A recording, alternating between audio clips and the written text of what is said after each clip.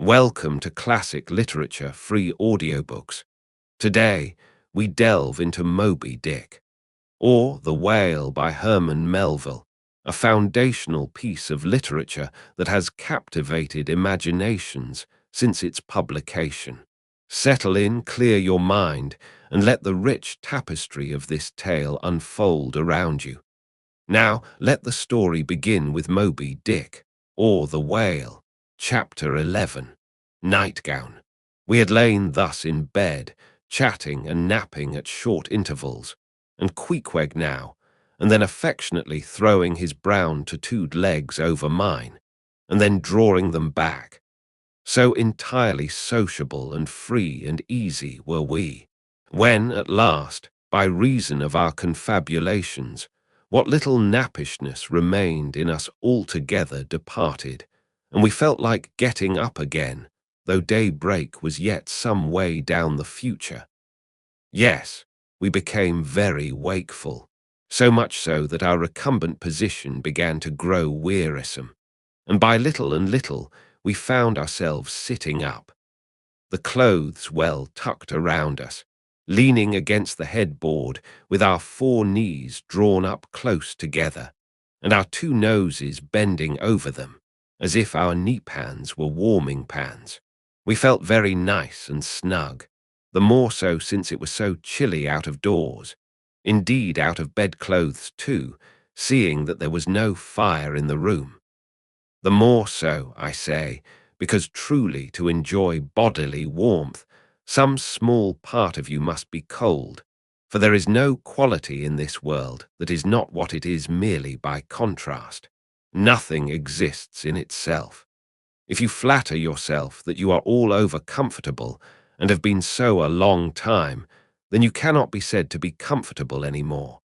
But if, like Queequeg and me in the bed, the tip of your nose or the crown of your head be slightly chilled, why then, indeed, in the general consciousness, you feel most delightfully and unmistakably warm. For this reason, a sleeping apartment should never be furnished with a fire, which is one of the luxurious discomforts of the rich. For the height of this sort of deliciousness is to have nothing but the blanket between you and your snugness and the cold of the outer air. Then there you lie like the one warm spark in the heart of an Arctic crystal. We had been sitting in this crouching manner for some time, when all at once I thought I would open my eyes. For when between sheets, whether by day or by night, and whether asleep or awake, I have a way of always keeping my eyes shut, in order the more to concentrate the snugness of being in bed, because no man can ever feel his own identity aright, except his eyes be closed, as if darkness were indeed the proper element of our essences, though light be more congenial to our clay part. Upon opening my eyes then, and coming out of my own pleasant and self-created darkness into the imposed and coarse outer gloom of the unilluminated 12 o'clock at night, I experienced a disagreeable revulsion. Nor did I at all object to the hint from Queequeg that perhaps it were best to strike a light, seeing that we were so wide awake. And besides, he felt a strong desire to have a few quiet puffs from his tomahawk. Be it said that though I had felt such a strong repugnance to his smoking in the bed the night before, yet see how elastic our stiff prejudices grow when love once comes to bend them. For now I liked nothing better than to have Queequeg smoking by me, even in bed, because he seemed to be full of such serene household joy then. I no more felt unduly concerned for the landlord's policy of insurance. I was only alive to the condensed, confidential comfortableness of sharing a pipe and a blanket with a real friend. With our shaggy jackets drawn about our shoulders, we now passed the tomahawk from one to the other, till slowly there grew over us a blue hanging tester of smoke, illuminated by the flame of the new-lit lamp. Whether it was that this undulating tester rolled the savage away to far distant scenes, I know not, but he now spoke of his native island, and eager to hear his history, I begged him to go on and tell it. He gladly complied, though at the time I but ill comprehended not a few of his words, yet subsequent disclosures, when I had become more familiar with his broken phraseology, now enable me to present the whole story such as it may prove in the mere skeleton I give. Next chapter, chapter 12. Biographical. Queequeg was a native of Roccavoco, an island far away to the west and south. It is not down in any map, true places never are. When a new-hatched savage running wild about his native woodlands in a grass clout, followed by the nibbling goats, as if he were a green sapling.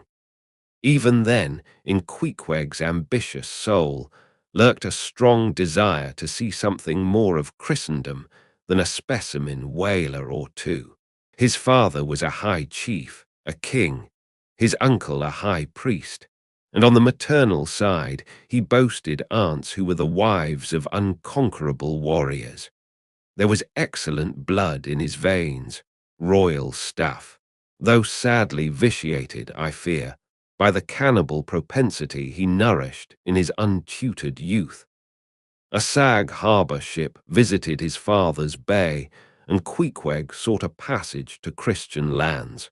But the ship, having her full complement of seamen, spurned his suit, and not all the king his father's influence could prevail. But Queequeg vowed a vow. Alone in his canoe, he paddled off to a distant strait, which he knew the ship must pass through when she quitted the island. On one side was a coral reef, on the other a low tongue of land, covered with mangrove thickets that grew out into the water. Hiding his canoe, still afloat among these thickets, with its prow seaward, he sat down in the stern, paddle low in hand, and when the ship was gliding by, like a flash he darted out, gained her side. With one backward dash of his foot capsized and sank his canoe, climbed up the chains, and throwing himself at full length upon the deck, grappled a ring bolt there, and swore not to let it go, though hacked in pieces. In vain the captain threatened to throw him overboard, suspended a cutlass over his naked wrists. Queequeg was the son of a king, and Queequeg budged not. Struck by his desperate dauntlessness and his wild desire to visit Christendom, the captain at last relented and told him he might make himself at home. But this fine young savage, this sea prince of Wales, never saw the captain's cabin. They put him down among the sailors and made a whaleman of him.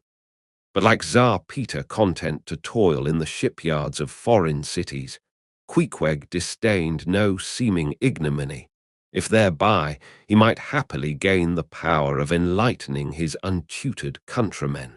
For at bottom, so he told me, he was actuated by a profound desire to learn among the Christians the arts whereby to make his people still happier than they were, and more than that, still better than they were.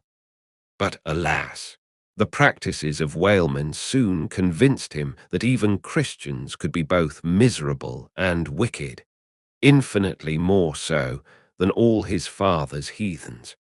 Arrived at last in old Sag Harbor, and seeing what the sailors did there, and then going on to Nantucket, and seeing how they spent their wages in that place also, poor Queequeg gave it up for lost. Thought he, it's a wicked world in all meridians, I'll die a pagan. And thus an old idolater at heart, he yet lived among these Christians, wore their clothes, and tried to talk their gibberish. Hence the queer ways about him, though now some time from home. By hints, I asked him whether he did not propose going back and having a coronation, since he might now consider his father dead and gone, he being very old and feeble at the last accounts. He answered no, not yet, and added that he was fearful Christianity, or rather Christians, had unfitted him for ascending the pure and undefiled throne of 30 pagan kings before him. But by and by, he said, he would return, as soon as he felt himself baptized again. For the nonce, however, he proposed to sail about, and sow his wild oats in all 4 oceans. They had made a harpooner of him, and that barbed iron was in lieu of a scepter now. I asked him what might be his immediate purpose, touching his future movements. He answered to go to sea again in his old vocation. Upon this, I told him that whaling was my own design, and informed him of my intention to sail out of Nantucket, as being the most promising port for an adventurous whaleman to embark from. He at once resolved to accompany me to that island, ship aboard the same vessel, get into the same watch, the same boat, the same mess with me, in short to share my every hap. With both my hands in his, boldly dip into the potluck of both worlds. To all this I joyously assented, for besides the affection I now felt for Queequeg, he was an experienced harpooner, and as such, could not fail to be of great usefulness to one, who, like me, was wholly ignorant of the mysteries of whaling, though well acquainted with the sea, as known to merchant seamen. His story being ended with his pipe's last dying puff, Queequeg embraced me, pressed his forehead against mine, and blowing out the light, we rolled over from each other this way and that, and very soon were sleeping. Next chapter, chapter 13. Wheelbarrow. Next morning, Monday, after disposing of the embalmed head to a barber for a block, I settled my own and comrade's bill, using, however, my comrade's money. The grinning landlord, as well as the boarders, seemed amazingly tickled at the sudden friendship which had sprung up between me and Queequeg, especially as Peter Coffin's cock and bull stories about him had previously so much alarmed me concerning the very person whom I now companied with. We borrowed a wheelbarrow, and embarking our things, including my own poor carpet-bag and Queequeg's canvas sack and hammock, away we went down to the Moss, the little Nantucket packet schooner moored at the wharf. As we were going along, the people stared, not at Queequeg so much, for they were used to seeing cannibals like him in their streets, but at seeing him and me upon such confidential terms. But we heeded them not, going along wheeling the barrow by turns, and Queequeg now, and then stopping to adjust the sheath on his harpoon barbs. I asked him why he carried such a troublesome thing with him ashore, and whether all whaling ships did not find their own harpoons. To this, in substance, he replied that though what I hinted was true enough, yet he had a particular affection for his own harpoon, because it was of assured stuff, well tried in many a mortal combat, and deeply intimate with the hearts of whales. In short, like many inland reapers and mowers, who go into the farmers' meadows armed with their own scythes, though in no wise obliged to furnish them. Even so, Queequeg, for his own private reasons, preferred his own harpoon. Shifting the barrow from my hand to his, he told me a funny story about the first wheelbarrow he had ever seen. It was in Sag Harbor. The owners of his ship, it seems, had lent him one, in which to carry his heavy chest to his boarding house. Not to seem ignorant about the thing, though in truth he was entirely so, concerning the precise way in which to manage the barrow, Queequeg puts his chest upon it, lashes it fast, and then shoulders the barrow and marches up the wharf. "Why," said I, "Queequeg, you might have known better than that, one would think. Didn't the people laugh?" Upon this, he told me another story. The people of his island of Roccavoco, it seems, at their wedding feasts express the fragrant water of young coconuts into a large stained calabash like a punchbowl, and this punchbowl always forms the great central ornament on the braided mat where the feast is held. Now a certain grand merchant ship once touched at Roccavoco, and its commander, from all accounts, a very stately, punctilious gentleman, at least for a sea captain. This commander was invited to the wedding feast of Queequeg's sister, a pretty young princess, just turned of 10. Well, when all the wedding guests were assembled at the bride's bamboo cottage, this captain marches in, and being assigned the post of honor, placed himself over against the punchbowl, and between the high priest and his majesty, the king, Queequeg's father. Grace being said, for those people have their grace as well as we, though Queequeg told me that unlike us, who at such times look downwards to our platters, they on the contrary, copying the ducks, glance upwards to the great giver of all feasts. Grace, I say, being said, the high priest opens the banquet by the immemorial ceremony of the island, that is, dipping his consecrated and consecrating fingers into the bowl before the blessed beverage circulates. Seeing himself placed next the priest, and noting the ceremony, and thinking himself, being captain of a ship, as having plain precedence over a mere island king, especially in the king's own house, the captain coolly proceeds to wash his hands in the punchbowl, taking it, I suppose, for a huge finger glass. "Now," said Queequeg, "what you tink now? Didn't our people laugh?" At last, passage paid and luggage safe, we stood on board the schooner. Hoisting sail, it glided down the Acushnet River. On one side, New Bedford rose in terraces of streets, their ice-covered trees all glittering in the clear, cold air.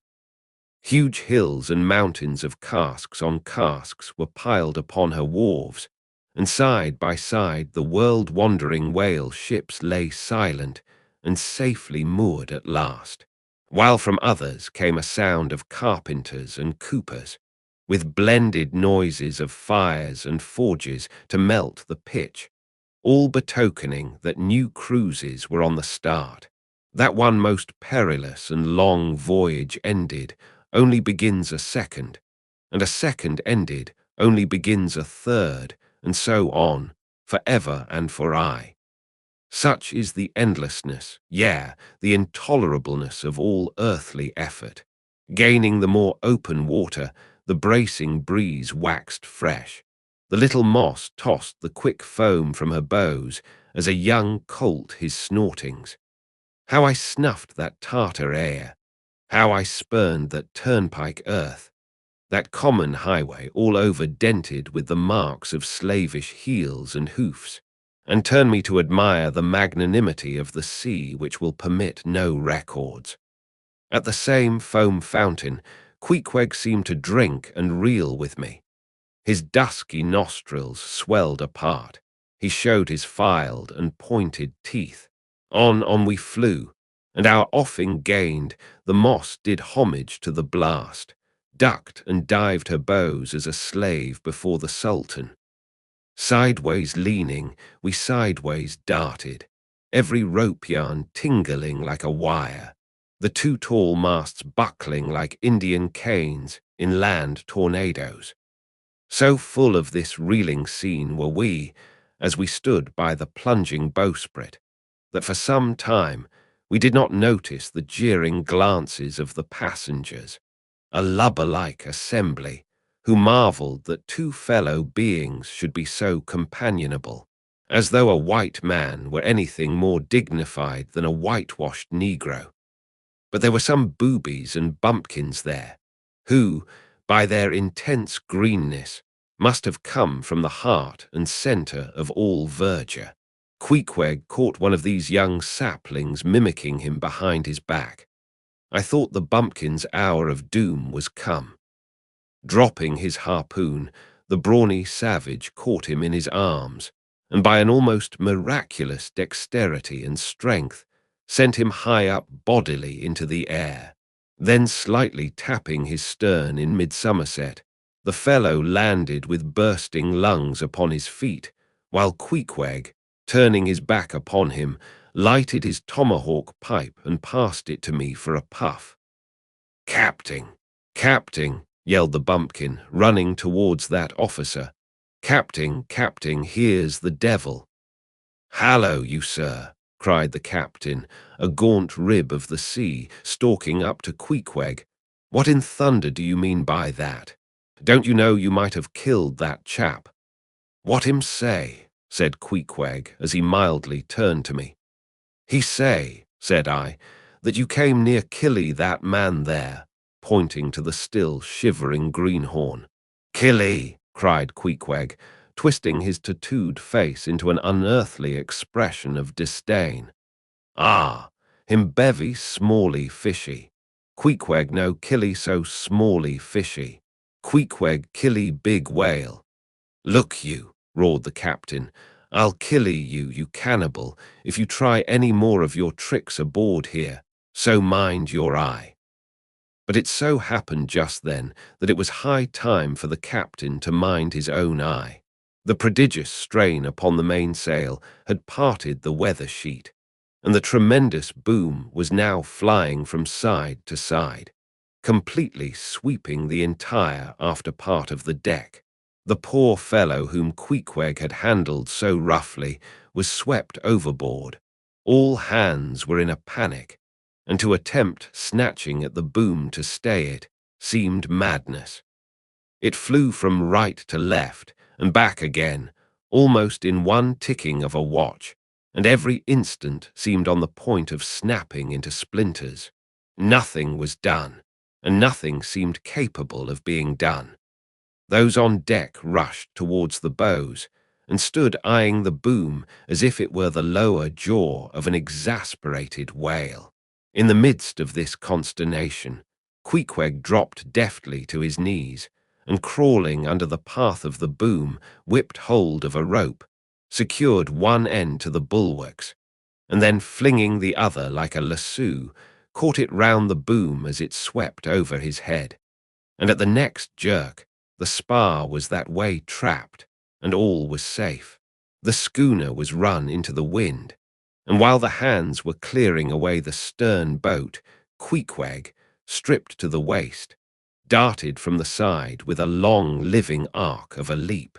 For 3 minutes or more he was seen swimming like a dog, throwing his long arms straight out before him, and by turns revealing his brawny shoulders through the freezing foam. I looked at the grand and glorious fellow, but saw no one to be saved. The greenhorn had gone down. Shooting himself perpendicularly from the water, Queequeg now took an instant's glance around him, and seeming to see just how matters were, dived down and disappeared. A few minutes more, and he rose again, one arm still striking out, and with the other dragging a lifeless form. The boat soon picked them up. The poor bumpkin was restored. All hands voted Queequeg a noble trump. The captain begged his pardon. From that hour I clove to Queequeg like a barnacle. Yea, till poor Queequeg took his last long dive. Was there ever such unconsciousness? He did not seem to think that he at all deserved a medal from the humane and magnanimous societies.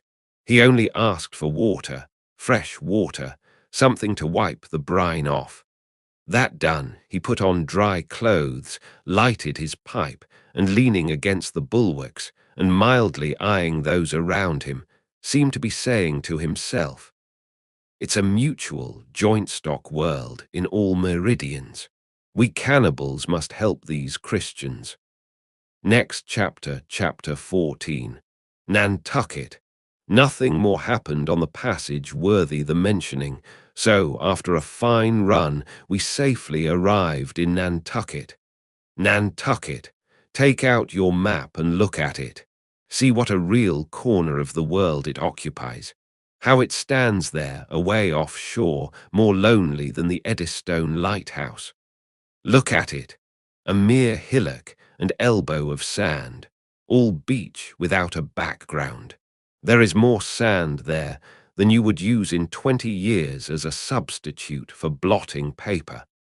Some gamesome whites will tell you that they have to plant weeds there, they don't grow naturally, that they import Canada thistles, that they have to send beyond seas for a spile to stop a leak in an oil cask, that pieces of wood in Nantucket are carried about like bits of the true cross in Rome, that people there plant toadstools before their houses to get under the shade in summer time, that one blade of grass makes an oasis, 3 blades in a day's walk a prairie, that they wear quicksand shoes, something like Laplander snowshoes, that they are so shut up, belted about, every way enclosed, surrounded, and made an utter island of by the ocean, that to their very chairs and tables small clams will sometimes be found adhering, as to the backs of sea turtles.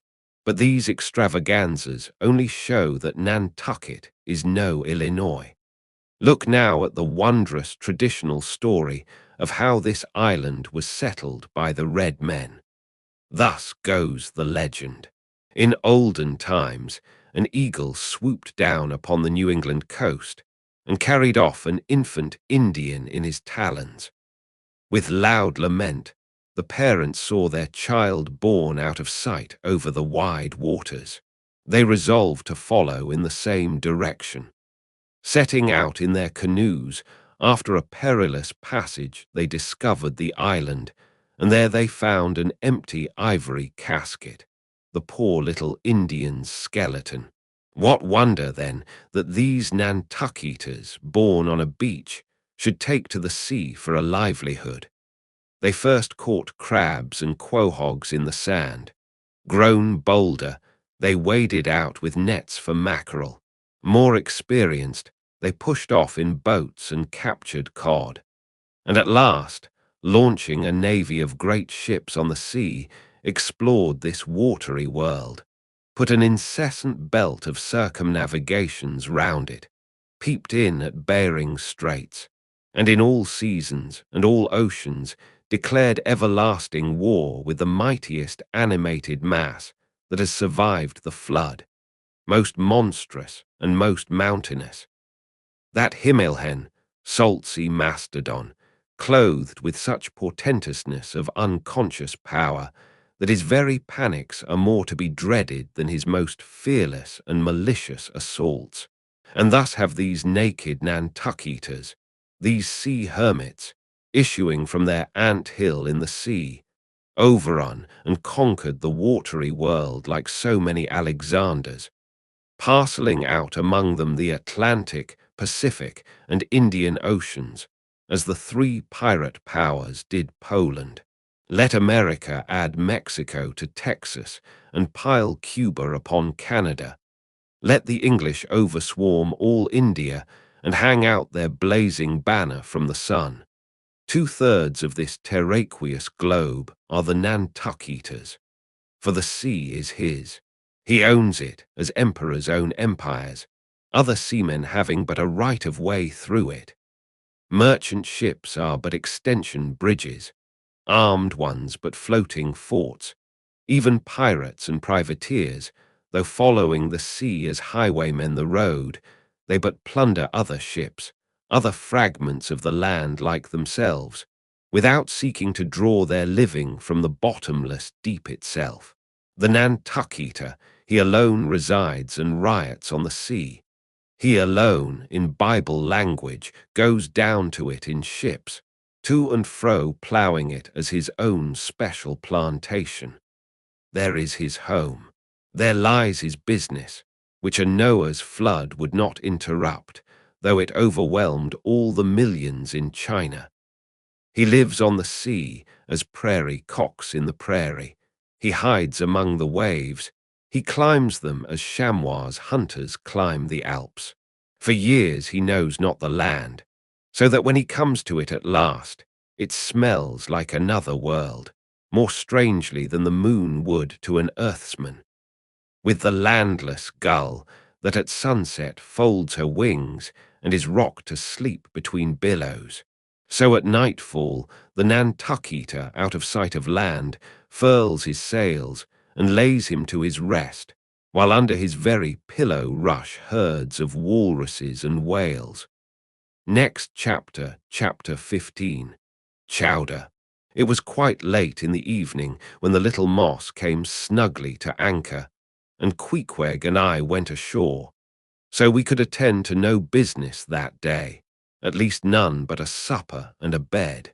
The landlord of the Spouter Inn had recommended us to his cousin, Hosea Hussey of the Try-Pots, whom he asserted to be the proprietor of one of the best-kept hotels in all Nantucket, and moreover he had assured us that cousin Hosea, as he called him, was famous for his chowders. In short, he plainly hinted that we could not possibly do better than try potluck at the Try-Pots. But the directions he had given us about keeping a yellow warehouse on our starboard hand till we opened a white church to the larboard, and then keeping that on the larboard hand till we made a corner 3 points to the starboard, and that done, then ask the first man we met where the place was. These crooked directions of his very much puzzled us at first, especially as, at the outset, Queequeg insisted that the yellow warehouse, our first point of departure, must be left on the larboard hand, whereas I had understood Peter Coffin to say it was on the starboard. However, by dint of beating about a little in the dark, and now and then knocking up a peaceable inhabitant to inquire the way, we at last came to something which there was no mistaking. 2 enormous wooden pots painted black and suspended by asses' ears, swung from the cross-trees of an old topmast, planted in front of an old doorway. The horns of the cross-trees were sawed off on the other side, so that this old topmast looked not a little like a gallows. Perhaps I was over-sensitive to such impressions at the time, but I could not help staring at this gallows with a vague misgiving. A sort of crick was in my neck as I gazed up to the 2 remaining horns. Yes, 2 of them, one for Queequeg and one for me. It's ominous, thinks I, a coffin my innkeeper upon landing in my first whaling port, tombstones staring at me in the whalemen's chapel, and here a gallows, and a pair of prodigious black pots too. Are these last throwing out oblique hints touching Tophet?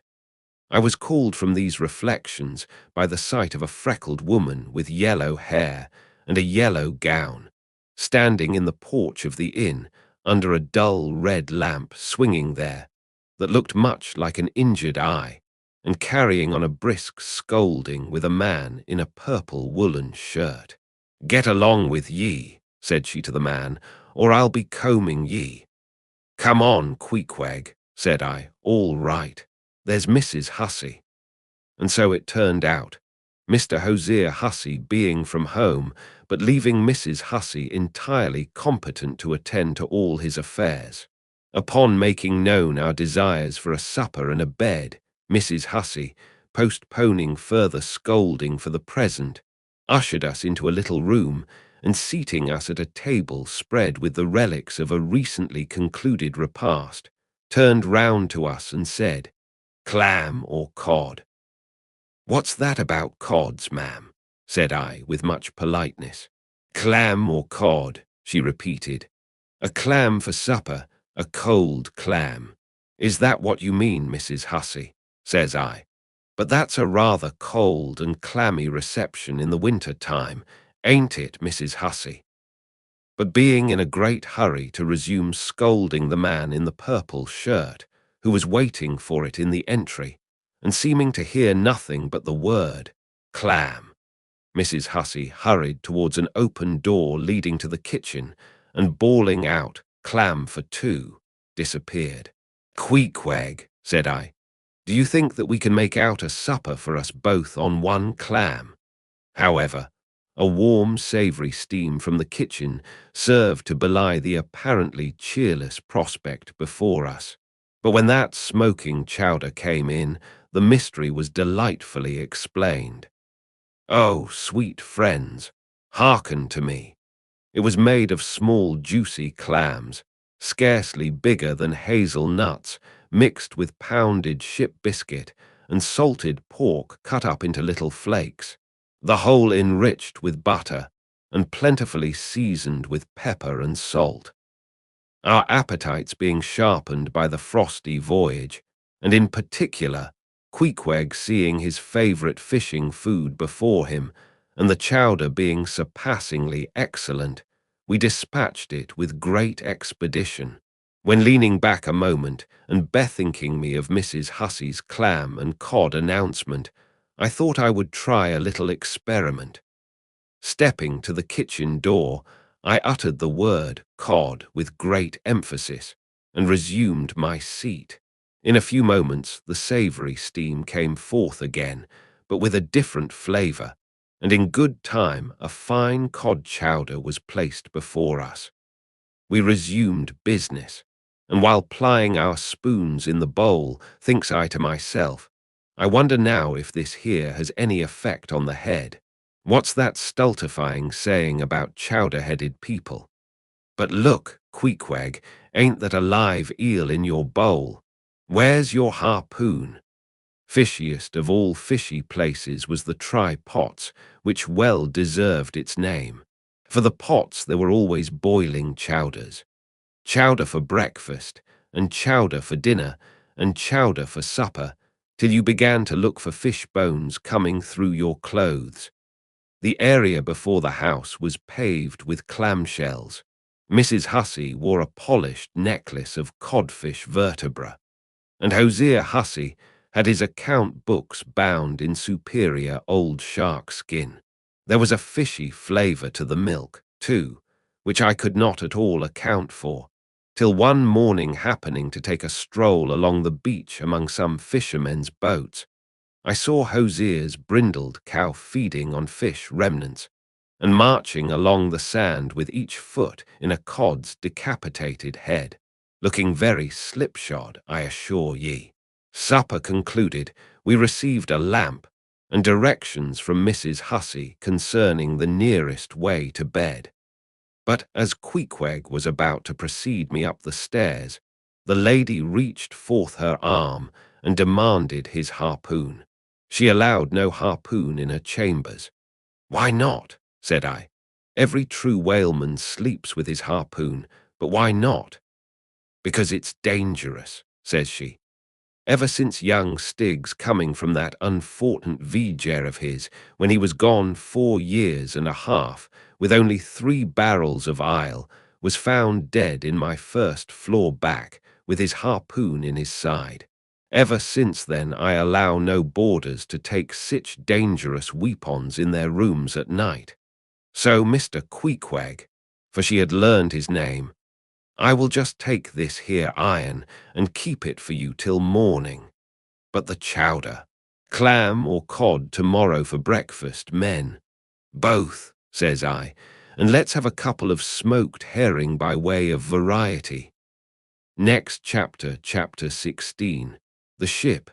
In bed we concocted our plans for the morrow, but to my surprise and no small concern, Queequeg now gave me to understand that he had been diligently consulting Yojo, the name of his black little god, and Yojo had told him 2 or 3 times over, and strongly insisted upon it every way, that instead of our going together among the whaling fleet in harbour and in concert selecting our craft, instead of this, I say, Yojo earnestly enjoined that the selection of the ship should rest wholly with me, inasmuch as Yojo purposed befriending us, and in order to do so, had already pitched upon a vessel, which, if left to myself, I, Ishmael, should infallibly light upon, for all the world as though it had turned out by chance.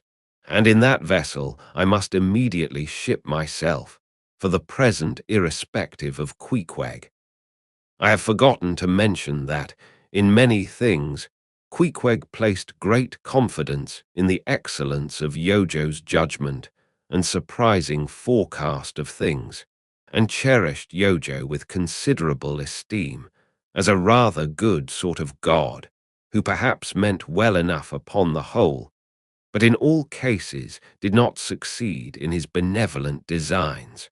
Now this plan of Queequeg's, or rather Yojo's, touching the selection of our craft, I did not like that plan at all.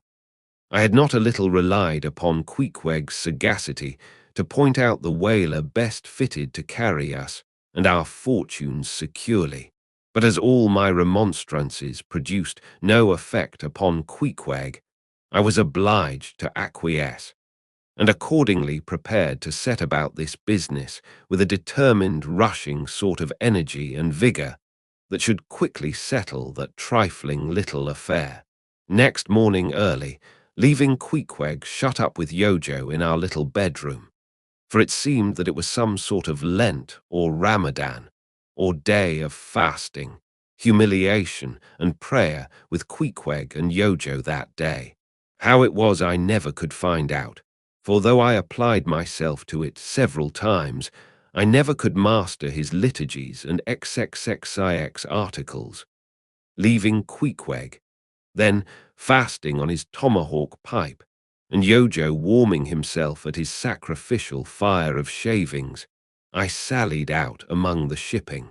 After much prolonged sauntering and many random inquiries, I learnt that there were 3 ships up for 3 years' voyages: the Devil Dam, the Tit-Bit, and the Pequod. Devil Dam I do not know the origin of. Tit-Bit is obvious. Pequod, you will no doubt remember, was the name of a celebrated tribe of Massachusetts Indians, now extinct as the ancient Medes. I peered and pried about the Devil Dam. From her, hopped over to the Tit-Bit, and finally, going on board the Pequod, looked around her for a moment, and then decided that this was the very ship for us. You may have seen many a quaint craft in your day, for aught I know: square-toed luggers, mountainous Japanese junks, butter-box galliots, and what not. But take my word for it, you never saw such a rare old craft as this same rare old Pequod. She was a ship of the old school, rather small if anything, with an old-fashioned, claw-footed look about her. Long-seasoned and weather-stained in the typhoons and calms of all 4 oceans, her old hull's complexion was darkened like a French grenadier's, who has alike fought in Egypt and Siberia. Her venerable bows looked bearded. Her masts, cut somewhere on the coast of Japan, where her original ones were lost overboard in a gale. Her masts stood stiffly up like the spines of the 3 old kings of Cologne. Her ancient decks were worn and wrinkled, like the pilgrim-worshipped flagstone in Canterbury Cathedral where Becket bled. But to all these her old antiquities were added new and marvellous features pertaining to the wild business that for more than half a century she had followed. Old Captain Peleg, many years her chief mate before he commanded another vessel of his own, and now a retired seaman and one of the principal owners of the Pequod. This old Peleg, during the term of his chief mateship, had built upon her original grotesqueness, and inlaid it all over with a quaintness both of material and device, unmatched by anything except it be Thorkilhake's carved buckler or bedstead. She was apparelled like any barbaric Ethiopian emperor, his neck heavy with pendants of polished ivory. She was a thing of trophies, a cannibal of a craft, tricking herself forth in the chaste bones of her enemies. All round, her unpanelled, open bulwarks were garnished like one continuous jaw, with the long, sharp teeth of the sperm whale inserted there for pins, to fasten her old hempen thews and tendons to. Those thews ran not through base blocks of land wood, but deftly travelled over sheaves of sea ivory. Scorning a turnstile wheel at her reverend helm, she sported there a tiller, and that tiller was in one mass, curiously carved from the long, narrow lower jaw of her hereditary foe. The helmsman who steered by that tiller in a tempest felt like the Tartar when he holds back his fiery steed by clutching its jaw. A noble craft, but somehow a most melancholy. All noble things are touched with that. Now, when I looked about the quarter-deck for someone having authority in order to propose myself as a candidate for the voyage, at first I saw nobody, but I could not well overlook a strange sort of tent, or rather wigwam, pitched a little behind the main mast. It seemed only a temporary erection used in port. It was of a conical shape, some 10 feet high, consisting of the long, huge slabs of limber black bone taken from the middle and highest part of the jaws of the right whale.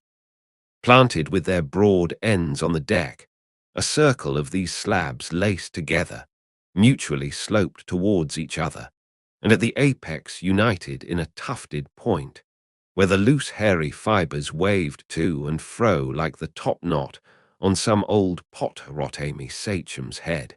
A triangular opening faced towards the bows of the ship, so that the insider commanded a complete view forward. And half concealed in this queer tenement, I at length found one who by his aspect seemed to have authority, and who, it being noon and the ship's work suspended, was now enjoying respite from the burden of command.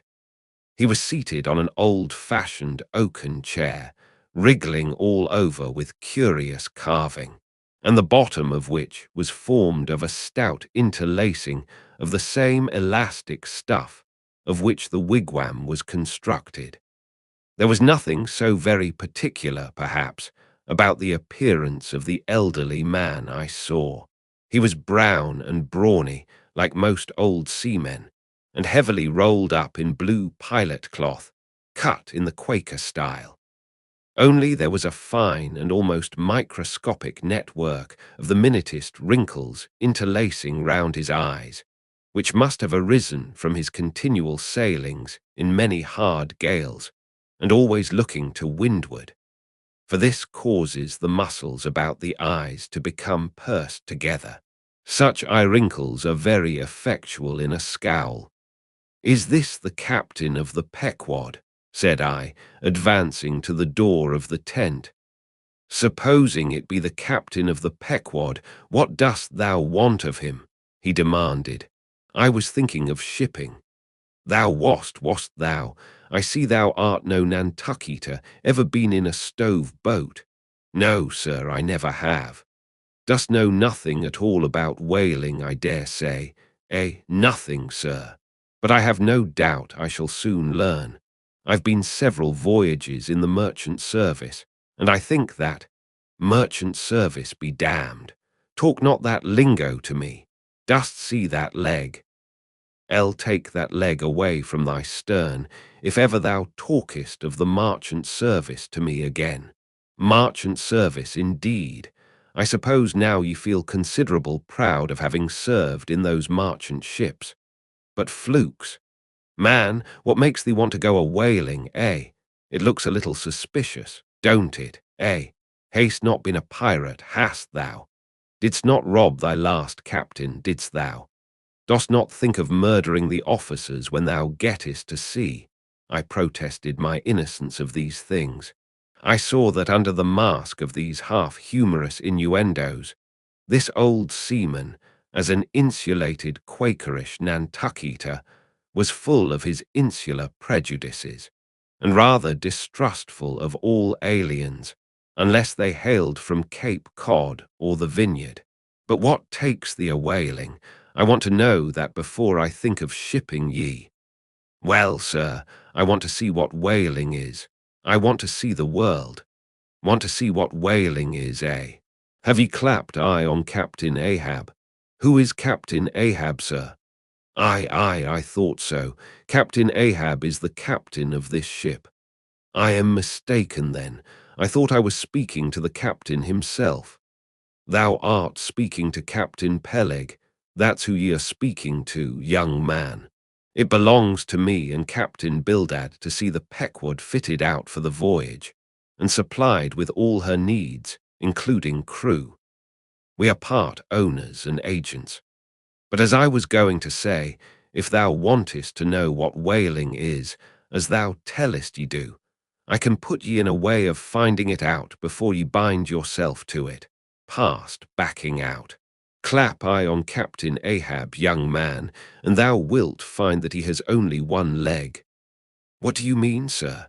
Was the other one lost by a whale? Lost by a whale. Young man, come nearer to me. It was devoured, chewed up, crunched by the monstrosest parmacity that ever chipped a boat. Ah. I was a little alarmed by his energy, perhaps also a little touched at the hearty grief in his concluding exclamation, but said as calmly as I could, "What you say is no doubt true enough, sir. But how could I know there was any peculiar ferocity in that particular whale? Though indeed I might have inferred as much from the simple fact of the accident. Look ye now, young man, thy lungs are a sort of soft, d'ye see? Thou dost not talk shark a bit. Sure, ye have been to sea before now, sure of that." "Sir," said I thought I told you that I had been 4 voyages in the Merchant." "Hard down out of that. Mind what I said about the marchant service. Don't aggravate me, I won't have it. But let us understand each other. I have given thee a hint about what whaling is. Do you yet feel inclined for it?" "I do, sir." "Very good. Now art thou the man to pitch a harpoon down a live whale's throat, and then jump after it? Answer, quick." "I am, sir, if it should be positively indispensable to do so. Not to be got rid of, that is, which I don't take to be the fact." "Good again. Now then, thou not only wantest to go a-whaling, to find out by experience what whaling is, but ye also want to go in order to see the world. Was not that what ye said? I thought so.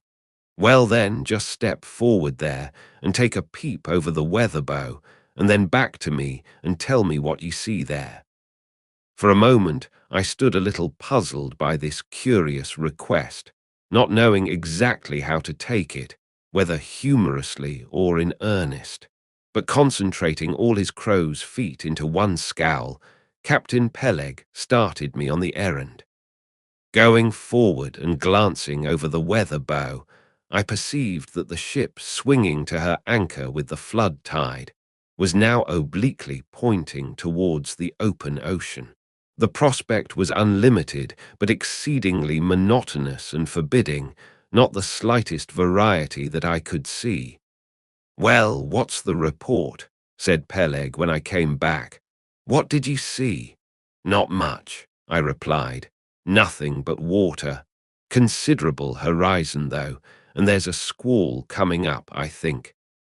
"Well, what dost thou think then of seeing the world?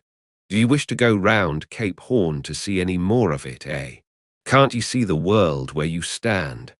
I was a little staggered, but go a-whaling I must, and I would. And the Pequod was as good a ship as any. I thought the best, and all this I now repeated to Peleg. Seeing me so determined, he expressed his willingness to ship me. "And thou mayest as well sign the papers right off," he added. "Come along with ye." And so saying, he led the way below deck into the cabin. Seated on the transom was what seemed to me a most uncommon and surprising figure. It turned out to be Captain Bildad, who, along with Captain Peleg, was one of the largest owners of the vessel. The other shares, as is sometimes the case in these ports, being held by a crowd of old annuitants, widows, fatherless children, and chancery wards, each owning about the value of a timber head or a foot of plank or a nail or two in the ship. People in Nantucket invest their money in whaling vessels, the same way that you do yours in approved state stocks bringing in good interest. Now, Bildad, like Peleg, and indeed many other Nantucketers, was a Quaker, the island having been originally settled by that sect, and to this day its inhabitants in general retain, in an uncommon measure, the peculiarities of the Quaker, only variously and anomalously modified by things altogether alien and heterogeneous. For some of these same Quakers are the most sanguinary of all sailors and whale hunters. They are fighting Quakers. They are Quakers with a vengeance, so that there are instances among them of men who, named with scripture names, a singularly common fashion on the island, and in childhood naturally imbibing the stately dramatic thee and thou of the Quaker idiom, still from the audacious, daring, and boundless adventure of their subsequent lives, strangely blend with these unoutgrown peculiarities, a thousand bold dashes of character, not unworthy a Scandinavian sea king or a poetical pagan Roman. And when these things unite in a man of greatly superior natural force, with a globular brain and a ponderous heart, who has also by the stillness and seclusion of many long night watches in the remotest waters, and beneath constellations never seen here at the north, been led to think untraditionally and independently, receiving all nature's sweet or savage impressions fresh from her own virgin voluntary and confiding breast, and thereby chiefly, but with some help from accidental advantages, to learn a bold and nervous lofty language, that man makes one in a whole nation's census, a mighty pageant creature, formed for noble tragedies. Nor will it at all detract from him, dramatically regarded, if either by birth or other circumstances, he have what seems a half-wilful overruling morbidness at the bottom of his nature. For all men tragically great are made so through a certain morbidness. Be sure of this, O young ambition, all mortal greatness is but disease. But as yet we have not to do with such an one, but with quite another, and still a man, who, if indeed peculiar, it only results again from another phase of the Quaker, modified by individual circumstances. Like Captain Peleg, Captain Bildad was a well-to-do, retired whaleman, but unlike Captain Peleg, who cared not a rush for what are called serious things, and indeed deemed those self-same serious things the veriest of all trifles, Captain Bildad had not only been originally educated according to the strictest sect of Nantucket Quakerism, but all his subsequent ocean life, and the sight of many unclad, lovely island creatures round the Horn, all that had not moved this native-born Quaker one single jot, had not so much as altered one angle of his vest. Still, for all this immutableness, was there some lack of common consistency about worthy Captain Bildad? Though refusing, from conscientious scruples, to bear arms against land invaders, yet himself had illimitably invaded the Atlantic and Pacific, and though a sworn foe to human bloodshed, yet had he in his straight-bodied coat spilled tons upon tons of Leviathan gore.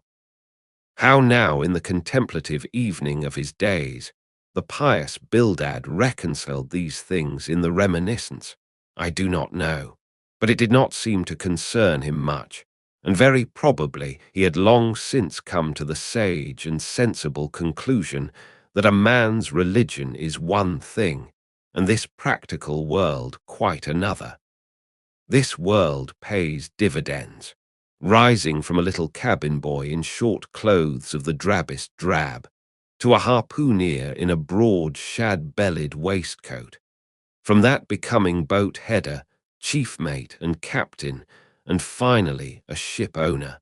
Bildad, as I hinted before, had concluded his adventurous career by wholly retiring from active life at the goodly age of 60, and dedicating his remaining days to the quiet receiving of his well-earned income.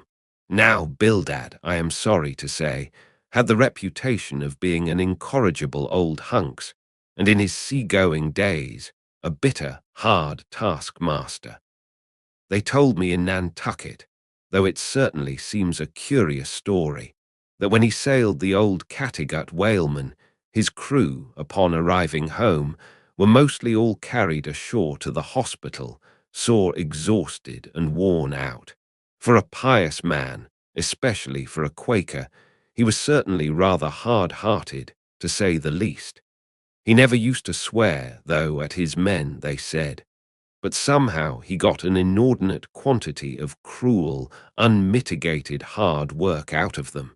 When Bildad was a chief mate, to have his drab-coloured eye intently looking at you made you feel completely nervous, till you could clutch something, a hammer or a marling spike, and go to work like mad at something or other, never mind what.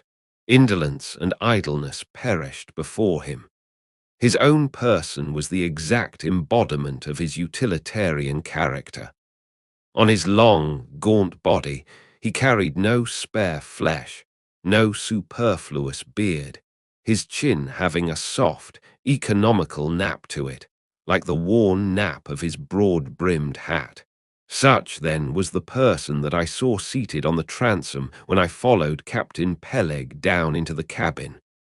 The space between the decks was small, and there, bolt upright, sat old Bildad, who always sat so, and never leaned, and this to save his coat tails. His broad brim was placed beside him. His legs were stiffly crossed. His drab vesture was buttoned up to his chin, and spectacles on nose. He seemed absorbed in reading from a ponderous volume. "Bildad," cried Captain Peleg. "At it again, Bildad. Ye have been studying those scriptures now for the last 30 years, to my certain knowledge. How far ye got, Bildad?" As if long habituated to such profane talk from his old shipmate, Bildad, without noticing his present irreverence, quietly looked up, and seeing me, glanced again inquiringly towards Peleg. "He says he's our man, Bildad," said Peleg. "He wants to ship." "Dost thee?" said Bildad in a hollow tone, and turning round to me. "I dust," said I unconsciously. He was so intense a Quaker. "What do ye think of him, Bildad?" said Peleg. "He'll do," said Bildad, eyeing me, and then went on spelling away at his book in a mumbling tone quite audible.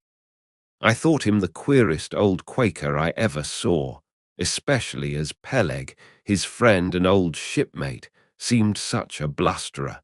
But I said nothing, only looking round me sharply. Peleg now threw open a chest, and drawing forth the ship's articles, placed pen and ink before him, and seated himself at a little table. I began to think it was high time to settle with myself at what terms I would be willing to engage for the voyage. I was already aware that in the whaling business they paid no wages, but all hands, including the captain, received certain shares of the profits called lays, and that these lays were proportioned to the degree of importance pertaining to the respective duties of the ship's company. I was also aware that being a green hand at whaling, my own lay would not be very large, but considering that I was used to the sea, could steer a ship, splice a rope, and all that, I made no doubt that from all I had heard I should be offered at least the 275th lay. That is, the 275th part of the clear net proceeds of the voyage, whatever that might eventually amount to. And though the 275th lay was what they call a rather long lay, yet it was better than nothing. and if we had a lucky voyage, might pretty nearly pay for the clothing I would wear out on it, not to speak of my 3 years' beef and board, for which I would not have to pay 1 stiver. It might be thought that this was a poor way to accumulate a princely fortune, and so it was, a very poor way indeed. But I am one of those that never take on about princely fortunes, and am quite content if the world is ready to board and lodge me, while I am putting up at this grim sign of the thunder cloud. Upon the whole, I thought that the 275th lay would be about the fair thing, but would not have been surprised had I been offered the 200th, considering I was of a broad-shouldered make. But one thing, nevertheless, that made me a little distrustful about receiving a generous share of the profits was this.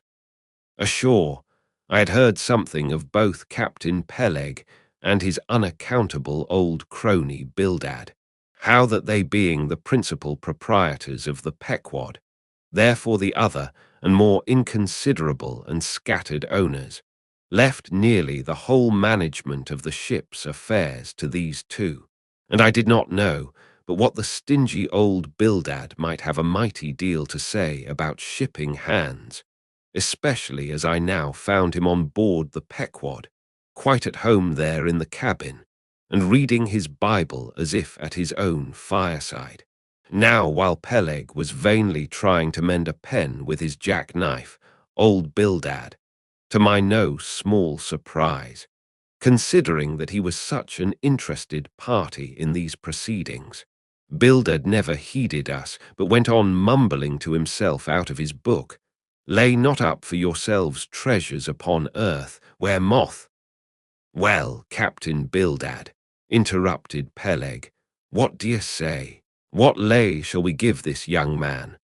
"Thou knowest best," was the sepulchral reply.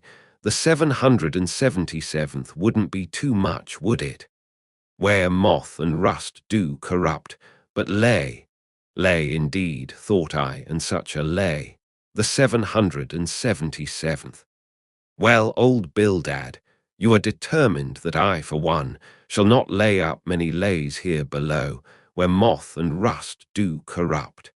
It was an exceedingly long lay, that indeed, and though from the magnitude of the figure it might at first deceive a landsman, yet the slightest consideration will show that though 777 is a pretty large number, yet, when you come to make a tenth of it, you will then see, I say, that the 777th part of a farthing is a good deal less than 777 gold doubloons, and so I thought at the time.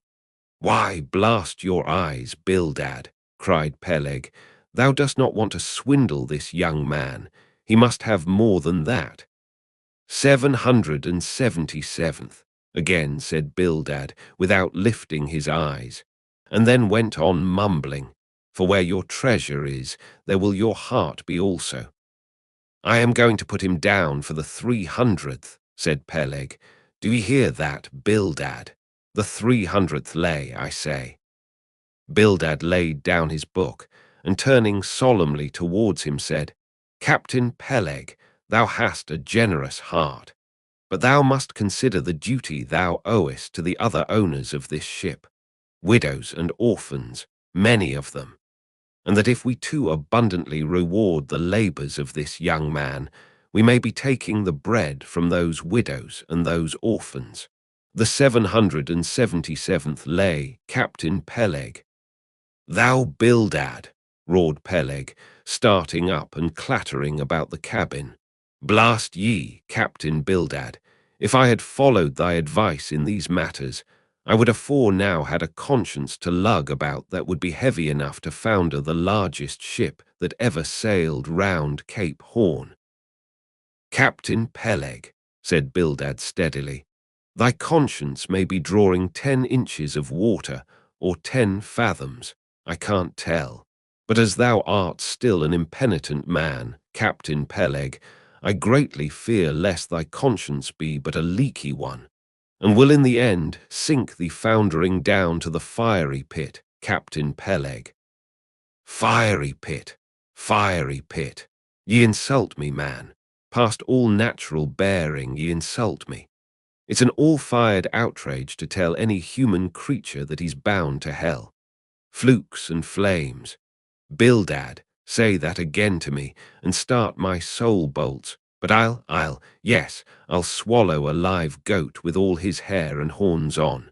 Out of the cabin, ye canting, drab-coloured son of a wooden gun, a straight wake with ye. As he thundered out this, he made a rush at Bildad, but with a marvellous oblique, sliding celerity, Bildad for that time eluded him. Alarmed at this terrible outburst between the two principal and responsible owners of the ship, and feeling half a mind to give up all idea of sailing in a vessel so questionably owned and temporarily commanded, I stepped aside from the door to give egress to Bildad, who, I made no doubt, was all eagerness to vanish from before the awakened wrath of Peleg. But to my astonishment, he sat down again on the transom very quietly, and seemed to have not the slightest intention of withdrawing. He seemed quite used to impenitent Peleg and his ways. As for Peleg, after letting off his rage as he had, there seemed no more left in him, and he, too, sat down like a lamb, though he twitched a little as if still nervously agitated. "Hugh," he whistled at last. "The squall's gone off to leeward, I think. Bildad, thou used to be good at sharpening a lance. Mend that pen, will ye? My jackknife here needs the grindstone. That's he. Thank ye, Bildad. Now then, my young man, Ishmael's thy name, didn't ye say? Well then, down ye go here, Ishmael, for the 300th lay." "Captain Peleg," said I have a friend with me who wants to ship too. Shall I bring him down tomorrow?" "To be sure," said Peleg. "Fetch him along, and we'll look at him." "What lay does he want?" groaned Bildad, glancing up from the book in which he had again been burying himself. "Oh, never thee mind about that, Bildad," said Peleg. "Has he ever whaled it any?" turning to me. "Killed more whales than I can count, Captain Peleg." "Well, bring him along then." And after signing the papers, off I went, nothing doubting but that I had done a good morning's work, and that the Pequod was the identical ship that Yojo had provided to carry Queequeg and me round the Cape. But I had not proceeded far, when I began to bethink me that the captain with whom I was to sail yet remained unseen by me, though indeed, in many cases, a whale ship will be completely fitted out, and receive all her crew on board, ere the captain makes himself visible by arriving to take command. For sometimes these voyages are so prolonged, and the shore intervals at home so exceedingly brief, that if the captain have a family, or any absorbing concernment of that sort, he does not trouble himself much about his ship in port, but leaves her to the owners till all is ready for sea. However, it is always as well to have a look at him before irrevocably committing yourself into his hands. Turning back, I accosted Captain Peleg, inquiring where Captain Ahab was to be found. "And what dost thou want of Captain Ahab? It's all right enough, thou art shipped." "Yes, but I should like to see him. But I don't think thou wilt be able to at present. I don't know exactly what's the matter with him, but he keeps close inside the house, a sort of sick, and yet he don't look so. In fact, he ain't sick, but no, he isn't well either. Anyhow, young man, he won't always see me, so I don't suppose he will thee. He's a queer man, Captain Ahab, so some think, but a good one. Oh, thou'lt like him well enough, no fear, no fear. He's a grand, ungodly, godlike man, Captain Ahab, doesn't speak much. But when he does speak, then you may well listen. Mark ye, be forewarned, Ahab's above the common, Ahab's been in colleges as well as 'mong the cannibals, been used to deeper wonders than the waves, fixed his fiery lance in mightier, stranger foes than whales. His lance, aye, the keenest and the surest that out of all our isle. Oh, he ain't Captain Bildad. No, and he ain't Captain Peleg. He's Ahab, boy. And Ahab of old, thou knowest, was a crowned king, and a very vile one. When that wicked king was slain, the dogs, did they not lick his blood? Come hither to me, hither, hither, said Peleg, with a significance in his eye that almost startled me. Look ye, lad, never say that on board the Pequod, never say it anywhere. Captain Ahab did not name himself. 'Twas a foolish, ignorant whim of his crazy, widowed mother, who died when he was only a 12-month old. And yet the old squaw Tistig at Gayhead said that the name would somehow prove prophetic. And perhaps other fools like her may tell thee the same. I wish to warn thee. It's a lie. I know Captain Ahab well. I've sailed with him as mate years ago. I know what he is. A good man. Not a pious, good man like Bildad, but a swearing good man. Something like me. Only there's a good deal more of him. I know that he was never very jolly. And I know that on the passage home, he was a little out of his mind for a spell. But it was the sharp, shooting pains in his bleeding stump that brought that about, as anyone might see. I know, too, that ever since he lost his leg last voyage by that accursed whale, he's been a kind of moody, desperate moody, and savage sometimes. But that will all pass off. And once for all, let me tell thee and assure thee, young man, it's better to sail with a moody good captain than a laughing bad one.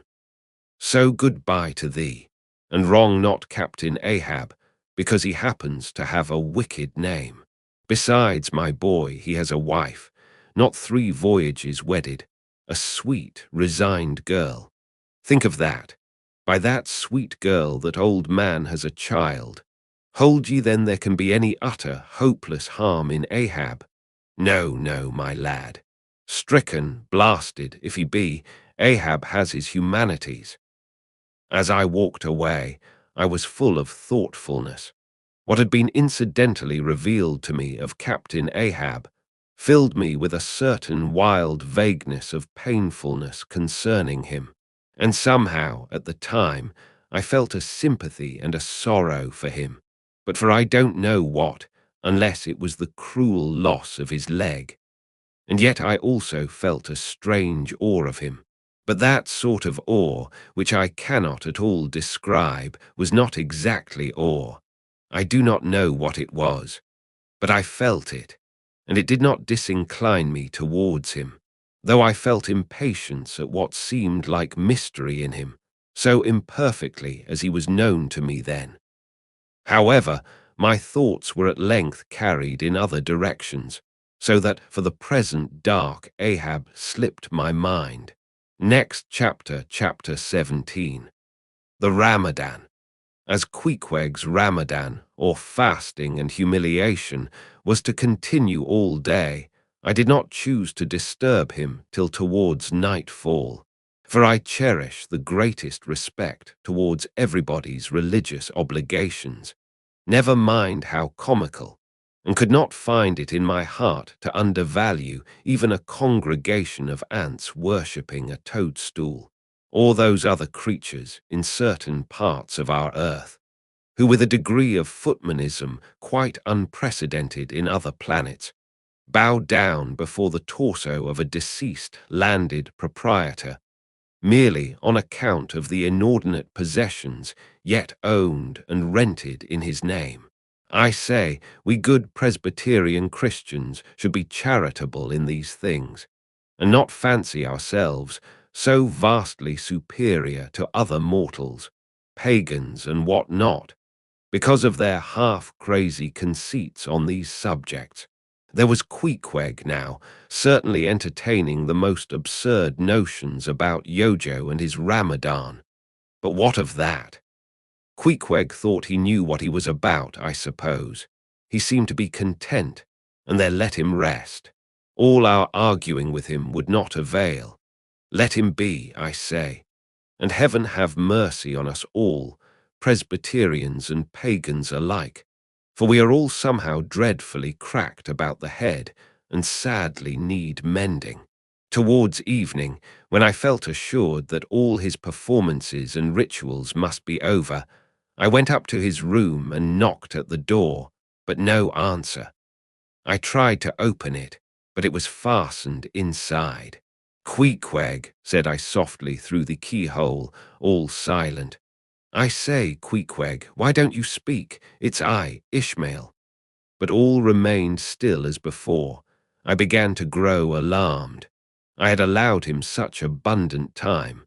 I thought he might have had an apoplectic fit.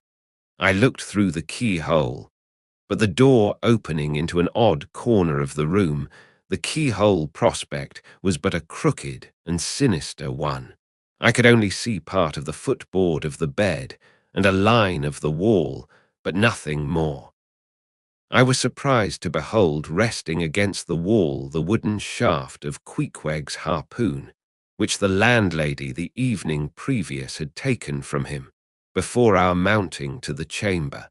That's strange, thought I, but at any rate, since the harpoon stands yonder, and he seldom or never goes abroad without it, therefore he must be inside here, and no possible mistake. Queequeg, Queequeg, all still. Something must have happened. Apoplexy. I tried to burst open the door, but it stubbornly resisted. Running downstairs, I quickly stated my suspicions to the first person I met, the chambermaid. "La, la," she cried. I thought something must be the matter. I went to make the bed after breakfast, and the door was locked, and not a mouse to be heard, and it's been just so silent ever since. But I thought, maybe, you had both gone off and locked your baggage in for safe keeping. "La, la, ma'am, mistress, murder, Mrs. Hussey, apoplexy."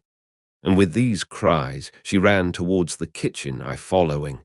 Mrs. Hussey soon appeared, with a mustard pot in one hand and a vinegar cruet in the other, having just broken away from the occupation of attending to the casters, and scolding her little black boy meantime. "Woodhouse," cried I, "which way to it? Run, for God's sake, and fetch something to pry open the door. The axe, the axe. He's had a stroke, depend upon it."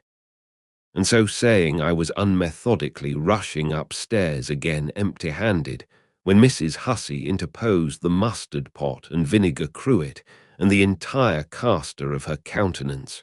"What's the matter with you, young man? Get the axe. For God's sake, run for the doctor, someone, while I pry it open." "Look here," said the landlady, quickly putting down the vinegar cruet so as to have one hand free. "Look here.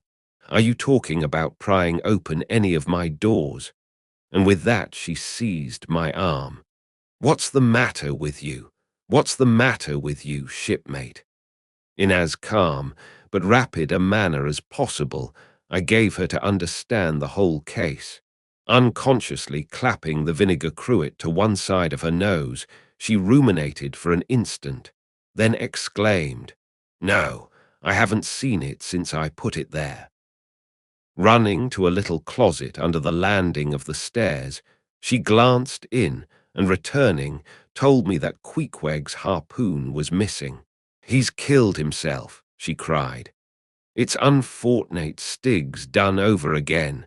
There goes another counterpane. God pity his poor mother.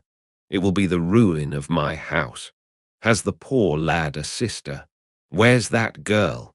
There, Betty, go to Snarls the painter and tell him to paint me a sign with 'No suicides permitted here' and 'No smoking in the parlor.' Might as well kill both birds at once. Kill. The Lord be merciful to his ghost. What's that noise there? You young man, avast there." and running up after me, she caught me as I was again trying to force open the door. "I don't allow it. I won't have my premises spoiled. Go for the locksmith. There's one about a mile from here, but a vast," putting her hand in a side pocket. "Here's a key that'll fit, I guess. Let's see." And with that, she turned it in the lock, but alas, Queequeg's supplemental bolt remained unwithdrawn within. "Have to burst it open," said I, and was running down the entry a little, for a good start, when the landlady caught at me, again vowing I should not break down her premises. But I tore from her, and with a sudden bodily rush dashed myself full against the mark. With a prodigious noise the door flew open, and the knob slamming against the wall sent the plaster to the ceiling. And there, good heavens, there sat Queequeg, altogether cool and self-collected, right in the middle of the room, squatting on his hams and holding Yojo on top of his head. He looked neither one way nor the other way, but sat like a carved image with scarce a sign of active life. "Queequeg," said I, going up to him, "Queequeg, what's the matter with you?" "He hain't been a-sittin' so all day, has he?" said the landlady. But all we said, not a word could we drag out of him. I almost felt like pushing him over, so as to change his position, for it was almost intolerable. It seemed so painfully and unnaturally constrained. Especially as in all probability he had been sitting so for upwards of 8 or 10 hours, going too without his regular meals. "Mrs. Hussey," said I, "he's alive at all events, so leave us if you please, and I will see to this strange affair myself." Closing the door upon the landlady, I endeavoured to prevail upon Queequeg to take a chair, but in vain. There he sat, and all he could do, for all my polite arts and blandishments, he would not move a peg, nor say a single word, nor even look at me, nor notice my presence in the slightest way. I wonder, thought I, if this can possibly be a part of his Ramadan. Do they fast on their hams that way in his native island? It must be so. Yes, it's part of his creed, I suppose. Well then, let him rest. He'll get up sooner or later, no doubt. It can't last forever, thank God, and his Ramadan only comes once a year, and I don't believe it's very punctual then. I went down to supper, after sitting a long time listening to the long stories of some sailors who had just come from a plum-pudding voyage, as they called it.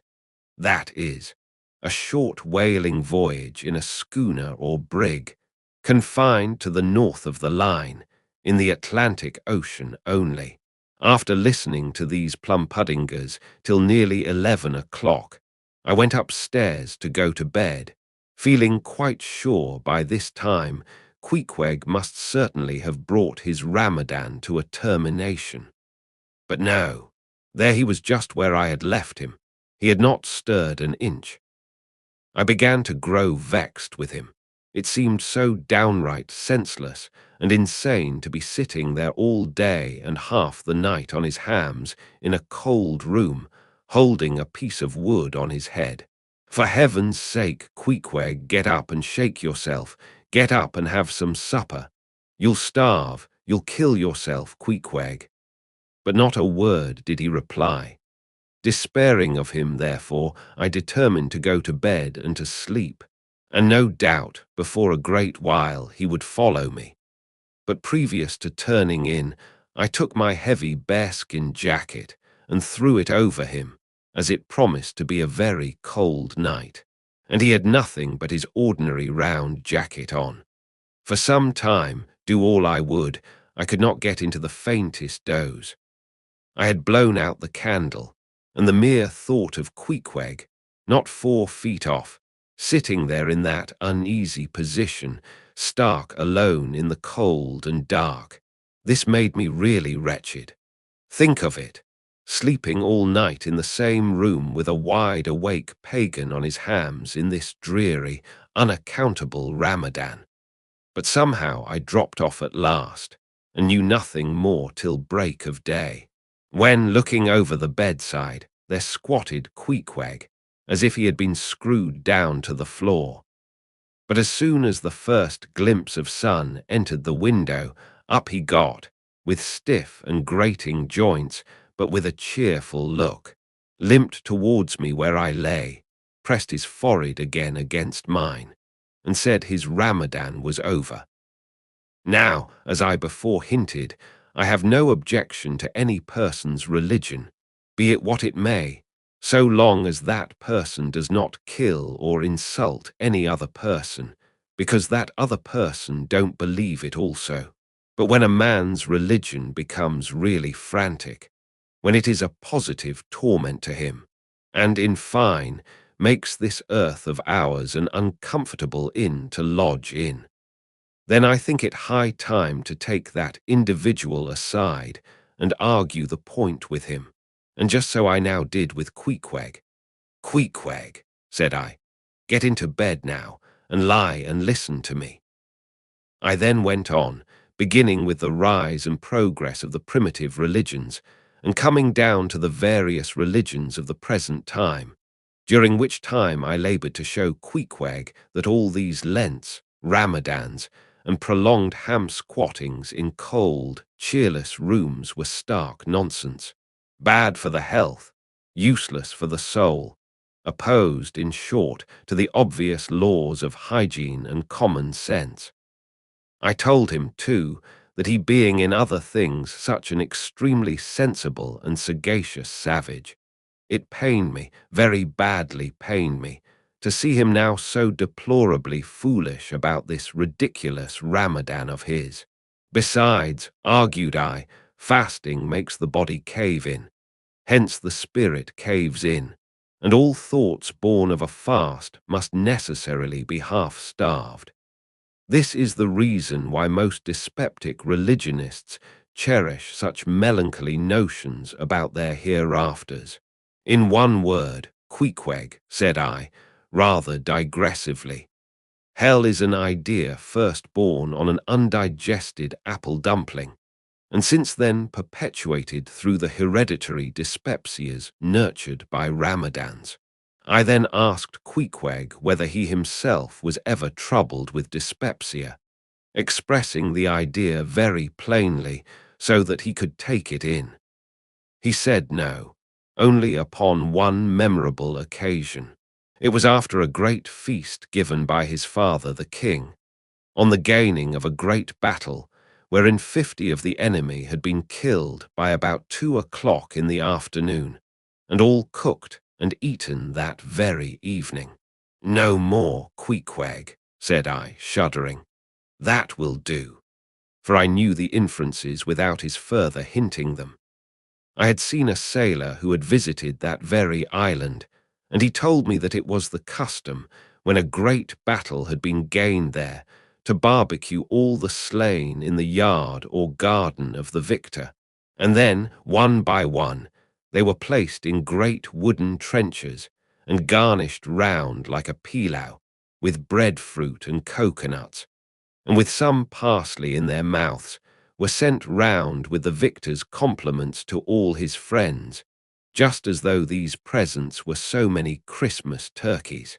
After all, I do not think that my remarks about religion made much impression upon Queequeg, because, in the first place, he somehow seemed dull of hearing on that important subject, unless considered from his own point of view, and in the second place, he did not more than 1/3 understand me, couch my ideas simply as I would.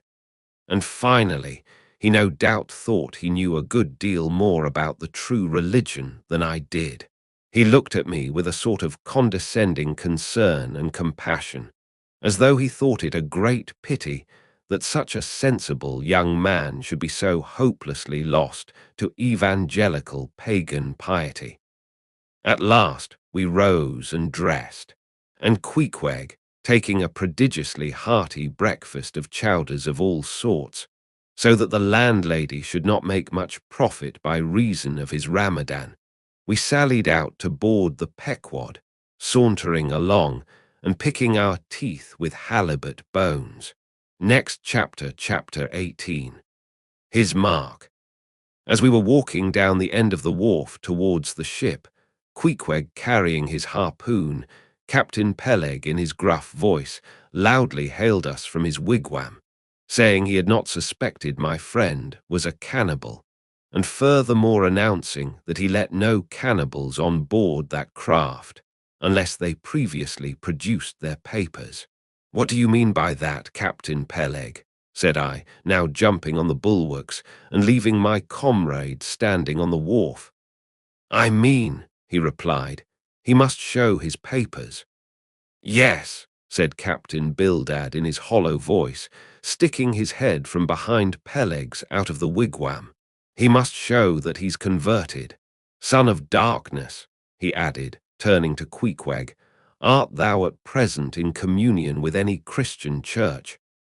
"Why," said I, "he's a member of the First Congregational Church." Here be it said that many tattooed savages sailing in Nantucket ships at last come to be converted into the churches. "First Congregational Church," cried Bildad. "What?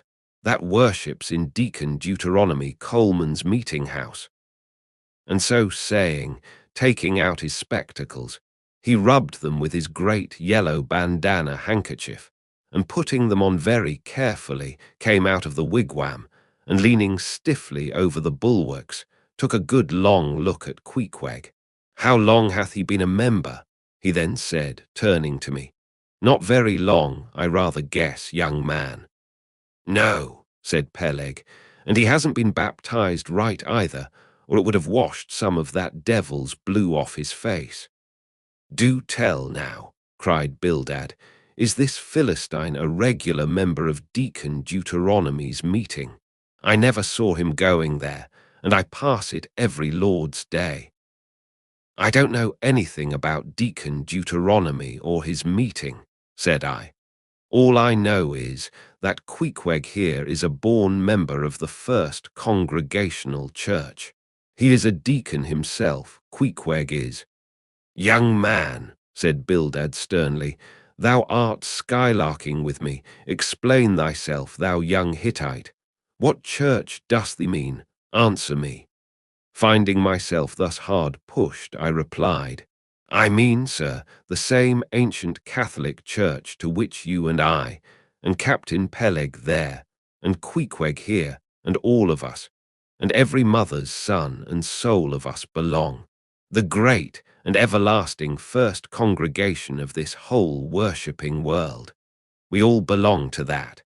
Only some of us cherish some queer crotchets no ways touching the grand belief. In that we all join hands." "Splice, thou meansty splice hands," cried Peleg, drawing nearer. "Young man, you'd better ship for a missionary instead of a foremast hand. I never heard a better sermon. Deacon Deuteronomy. Why, Father Mapple himself couldn't beat it, and he's reckoned something. Come aboard, never mind about the papers. I say, tell Quohog there, what's that you call him? Tell Quohog to step along. By the great anchor, what a harpoon he's got there. Looks like good stuff that, and he handles it about right. I say, Quohog, or whatever your name is, did you ever stand in the head of a whaleboat? Did you ever strike a fish?" Without saying a word, Queequeg, in his wild sort of way, jumped upon the bulwarks, from thence into the bows of one of the whaleboats hanging to the side, and then bracing his left knee, and poising his harpoon, cried out in some such way as this: "Captain, you see him small drop tar on water dera. You see him. Well, s'pose him one whale eye well den." And taking sharp aim at it, he darted the iron right over old Bildad's broad brim, clean across the ship's decks, and struck the glistening tar spot out of sight. Now, said Queequeg, quietly hauling in the line, "'spose ye him whaley I. Why, Dad whale dead."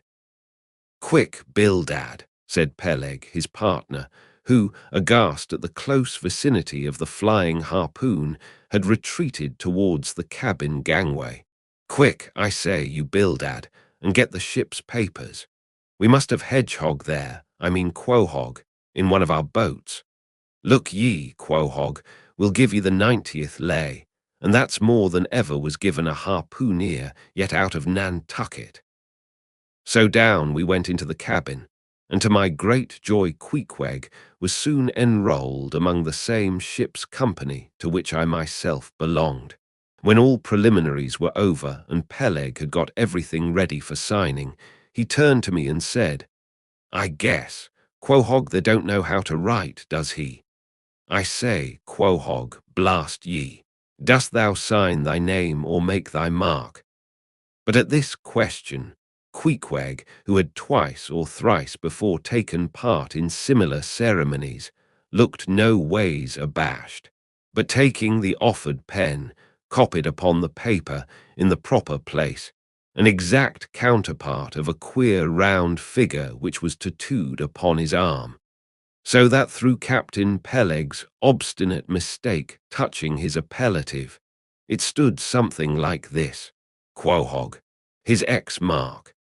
Meanwhile Captain Bildad sat earnestly and steadfastly eyeing Queequeg, and at last rising solemnly and fumbling in the huge pockets of his broad-skirted drab coat, took out a bundle of tracts, and selecting one entitled "The Latter Day Coming," or "No Time to Lose," placed it in Queequeg's hands, and then grasping them and the book with both his, looked earnestly into his eyes and said, "Son of darkness, I must do my duty by thee. I am part owner of this ship, and feel concerned for the souls of all its crew.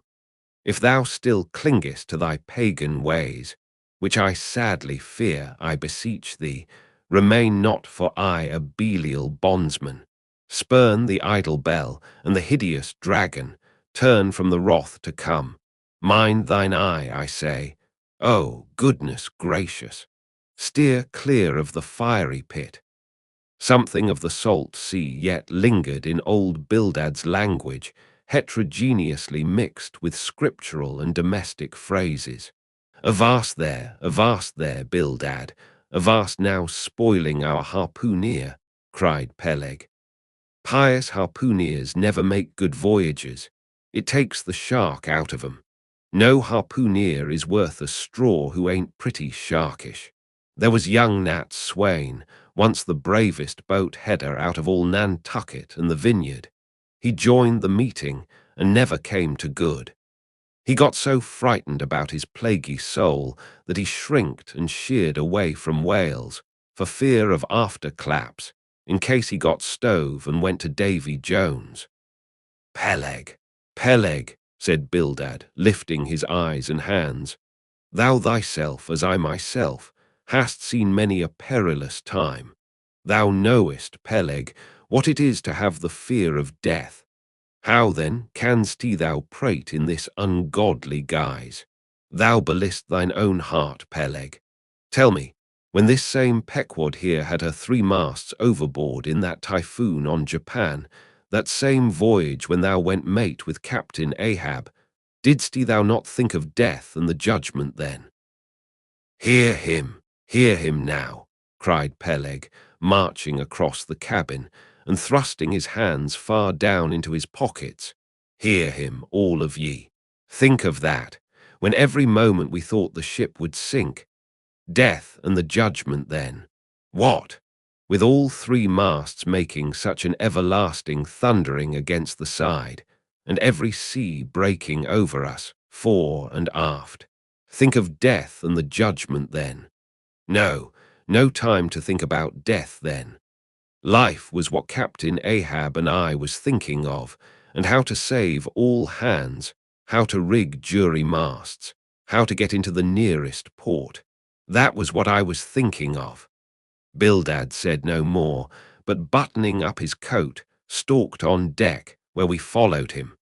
There he stood, very quietly overlooking some sailmakers who were mending a topsail in the waist. Now and then he stooped to pick up a patch or save an end of tarred twine, which otherwise might have been wasted. Next chapter, chapter 19. The Prophet. Shipmates, have ye shipped in that ship? Queequeg and I had just left the Pequod and were sauntering away from the water, for the moment each occupied with his own thoughts, when the above words were put to us by a stranger, who, pausing before us, levelled his massive forefinger at the vessel in question. He was but shabbily apparelled in faded jacket and patched trousers, a rag of a black handkerchief investing his neck. A confluent smallpox had in all directions flowed over his face, and left it like the complicated ribbed bed of a torrent when the rushing waters have been dried up. "Have ye shipped in her?" he repeated.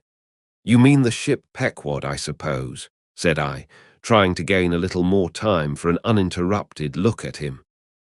"Aye, the Pequod, that ship there," he said, drawing back his whole arm, and then rapidly shoving it straight out from him, with the fixed bayonet of his pointed finger darted full at the object. "Yes," said I, "we have just signed the articles. Anything down there about your souls?" "About what?" "Oh, perhaps you haven't got any," he said quickly. "No matter, though, I know many chaps that haven't got any, good luck to 'em, and they are all the better off for it. A soul's a sort of a fifth wheel to a wagon." "What are you jabbering about, shipmate?" said I. "He's got enough, though, to make up for all deficiencies of that sort in other chaps," abruptly said the stranger, placing a nervous emphasis upon the word he. "Queequeg," said I, "let's go. This fellow has broken loose from somewhere. He's talking about something and somebody we don't know." "Stop," cried the stranger. "Ye said true. Ye haven't seen Old Thunder yet, have ye?" "Who's Old Thunder?" said I, again riveted with the insane earnestness of his manner. "Captain Ahab." "What, the captain of our ship, the Pequod?"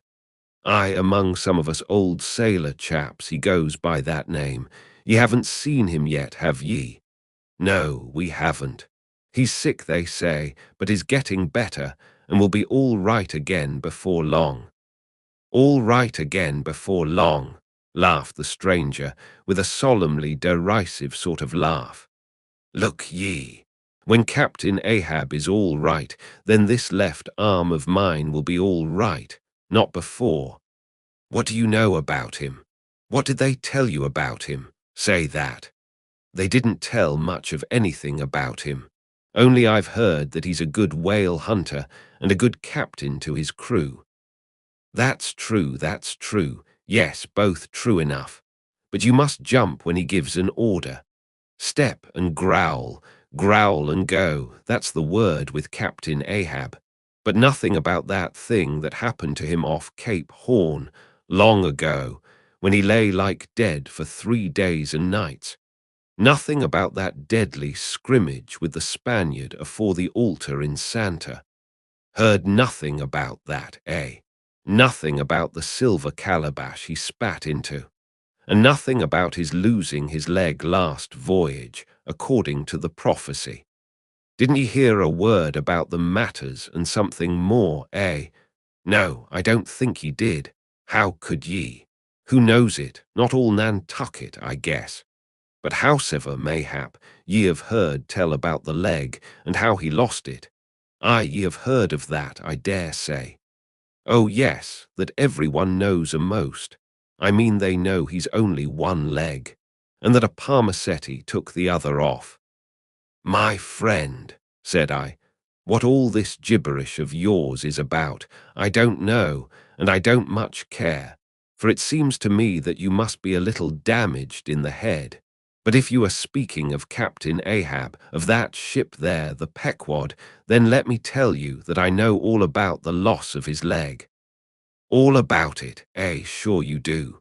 "All, pretty sure."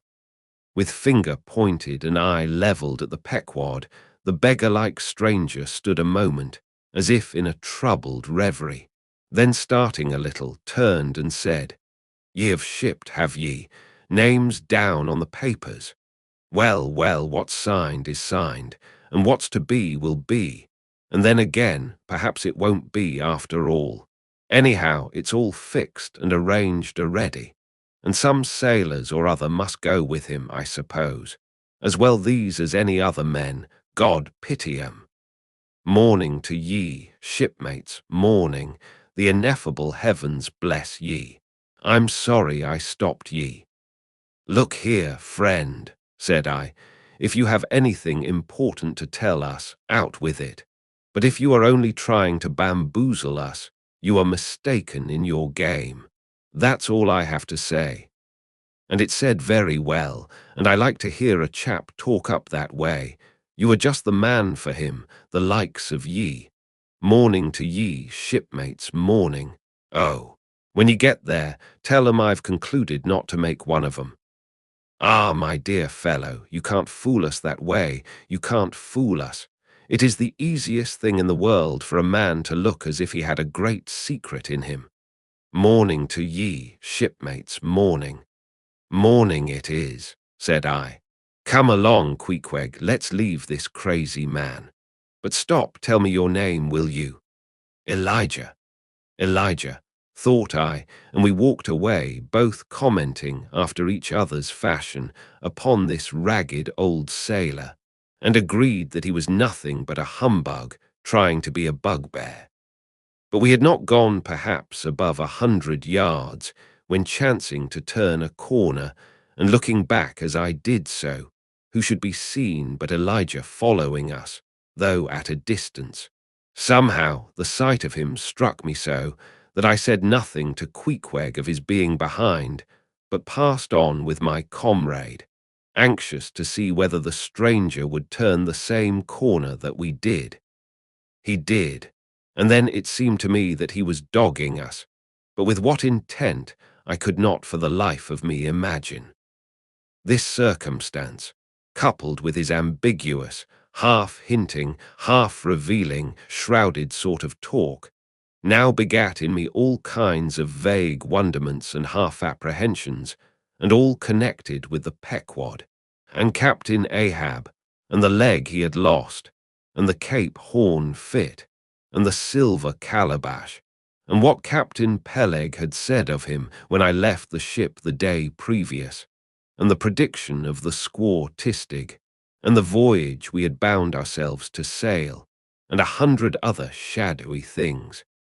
I was resolved to satisfy myself whether this ragged Elijah was really dogging us or not, and with that intent crossed the way with Queequeg, and on that side of it retraced our steps. But Elijah passed on without seeming to notice us. This relieved me, and once more, and finally as it seemed to me, I pronounced him in my heart a humbug. Next chapter, chapter 20, all astir. A day or two passed, and there was great activity aboard the Pequod. Not only were the old sails being mended, but new sails were coming on board, and bolts of canvas, and coils of rigging. In short, everything betokened that the ship's preparations were hurrying to a close. Captain Peleg seldom or never went ashore, but sat in his wigwam, keeping a sharp lookout upon the hands. Bildad did all the purchasing and providing at the stores, and the men employed in the hold and on the rigging were working till long after nightfall. On the day following Queequeg's signing the articles, word was given at all the inns where the ship's company were stopping that their chests must be on board before night, for there was no telling how soon the vessel might be sailing. So Queequeg and I got down our traps, resolving, however, to sleep ashore till the last. But it seems they always give very long notice in these cases, and the ship did not sail for several days. But no wonder. There was a good deal to be done, and there is no telling how many things to be thought of, before the Pequod was fully equipped. Everyone knows what a multitude of things: beds, saucepans, knives and forks, shovels and tongs, napkins, nutcrackers, and what not, are indispensable to the business of housekeeping. Just so with whaling, which necessitates a 3 years' housekeeping upon the wide ocean, far from all grocers, costermongers, doctors, bakers, and bankers. And though this also holds true of merchant vessels, yet not by any means to the same extent as with whalemen. For besides the great length of the whaling voyage, the numerous articles peculiar to the prosecution of the fishery, and the impossibility of replacing them at the remote harbours usually frequented, it must be remembered that of all ships, whaling vessels are the most exposed to accidents of all kinds, and especially to the destruction and loss of the very things upon which the success of the voyage most depends. Hence the spare boats, spare spars, and spare lines and harpoons, and spare everything's almost, but a spare captain and duplicate ship. At the period of our arrival at the island, the heaviest storage of the Pequod had been almost completed, comprising her beef, bread, water, fuel, and iron hoops and staves. But as before hinted, for some time there was a continual fetching and carrying on board of divers odds and ends of things, both large and small.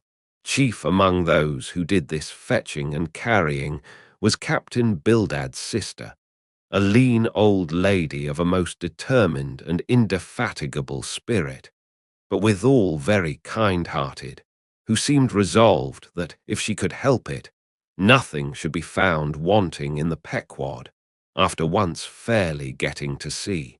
At one time she would come on board with a jar of pickles for the steward's pantry, another time with a bunch of quills for the chief mate's desk, where he kept his log, a third time with a roll of flannel for the small of someone's rheumatic back. Never did any woman better deserve her name, which was Charity, Aunt Charity, as everybody called her.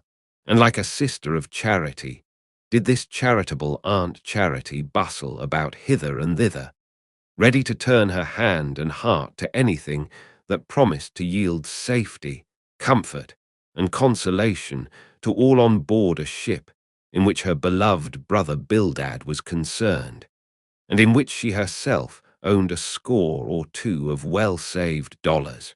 But it was startling to see this excellent-hearted quackeress coming on board, as she did the last day, with a long oil ladle in one hand and a still longer whaling lance in the other. Nor was Bildad himself nor Captain Peleg at all backward. As for Bildad, he carried about with him a long list of the articles needed, and at every fresh arrival, down went his mark opposite that article upon the paper, every once in a while Peleg came hobbling out of his whalebone den, roaring at the men down the hatchways, roaring up to the riggers at the masthead, and then concluded by roaring back into his wigwam. During these days of preparation, Queequeg and I often visited the craft, and as often I asked about Captain Ahab and how he was, and when he was going to come on board his ship. To these questions they would answer that he was getting better and better, and was expected aboard every day. Meantime, the two captains, Peleg and Bildad, could attend to everything necessary to fit the vessel for the voyage. If I had been downright honest with myself, I would have seen very plainly in my heart that I did but half fancy being committed this way to so long a voyage, without once laying my eyes on the man who was to be the absolute dictator of it, so soon as the ship sailed out upon the open sea. But when a man suspects any wrong, it sometimes happens that if he be already involved in the matter, he insensibly strives to cover up his suspicions even from himself. and much this way it was with me. I said nothing, and tried to think nothing.